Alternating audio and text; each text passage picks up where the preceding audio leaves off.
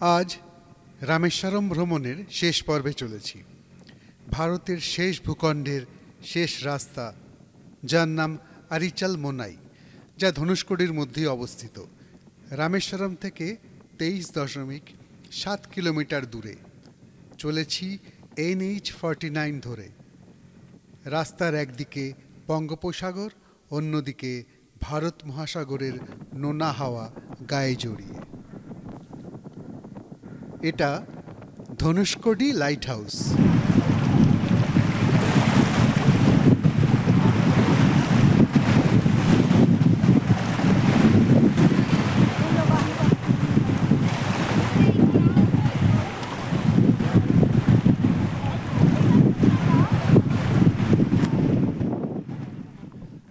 চল্লিশ মিনিটের মধ্যেই পৌঁছে গেলাম আরিচাল মুনাই। কি অসাধারণ মনোমুগ্ধকর প্রকৃতি এখানে! যতদূর চোখ যায় শুধু ঢেউ আর ঢেউ, অসীম জলরাশি আর সুদূরের হাতছানি। মনে হয় কলম্বাসের মতো ভেসে পড়ি ধ্রুবতারাকে চোখে রেখে।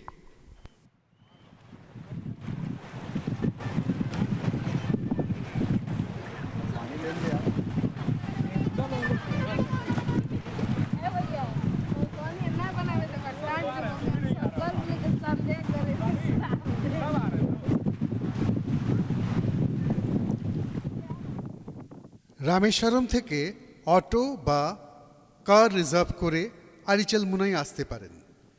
অটোতে মোটামুটি 1200 থেকে 1500 টাকার মধ্যে, আর কার বুক করলে 1800 থেকে 2000 টাকা। এছাড়াও তামিলনাড়ু স্টেট গভর্নমেন্ট বাসও পাওয়া যায় সকাল 6টা থেকে সন্ধে 6টা পর্যন্ত, প্রতি ঘন্টায় মাত্র 32 টাকা জনপ্রতি।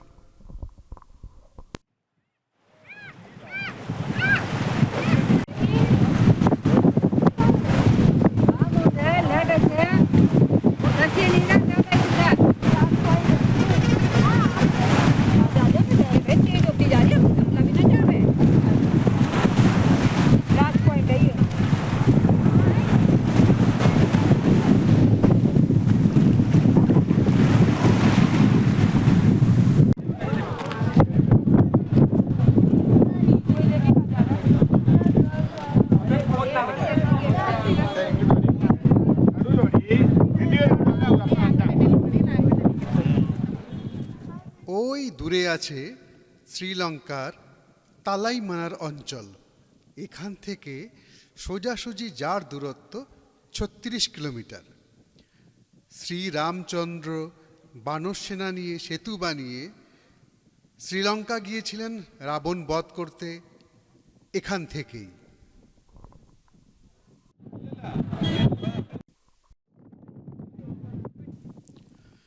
ভারতের জাতীয় প্রতীক অশোক স্তম্ভ এখানে ভারতের সীমানা নির্ধারণ করছে।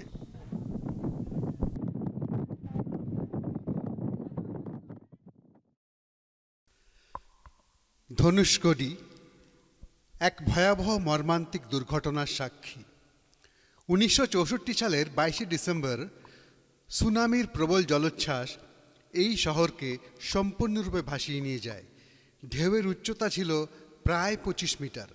অন্তত 1000 জন অসহায় মানুষ, গবাদি পশু প্রাণ হারায় ও প্রচুর সম্পত্তির ক্ষতি হয়। এই বর্ধিষ্ণু জনপদ এক লহমায় মৃত্যুপরিতে পরিণত হয়। ধনুষ্কোডি ঘোস্ট টাউন বা ভুতুরে শহর বলেও পরিচিত। এখন কিছু জেলে পরিবার অস্থায়ী বসতি বানিয়ে বাস করছে।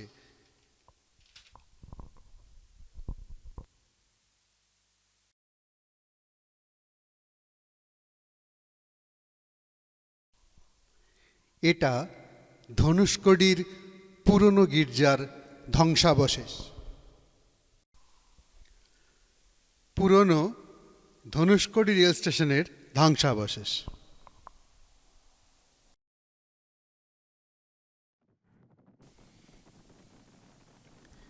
ফেরার পথে গেলাম সমুদ্রের মধ্যে বিভীষণের মন্দির দেখতে, যার পরিচিত নাম কোঠান্ডারামার মন্দির।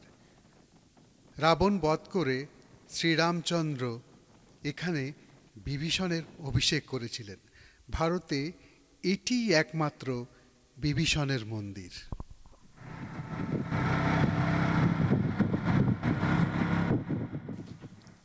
এবার রামেশ্বরম ফেরার পালা। আসছি পরবর্তী ও শেষ পর্যায়ে পণ্ডিচেরি ভ্রমণের অল্প অভিজ্ঞতা নিয়ে।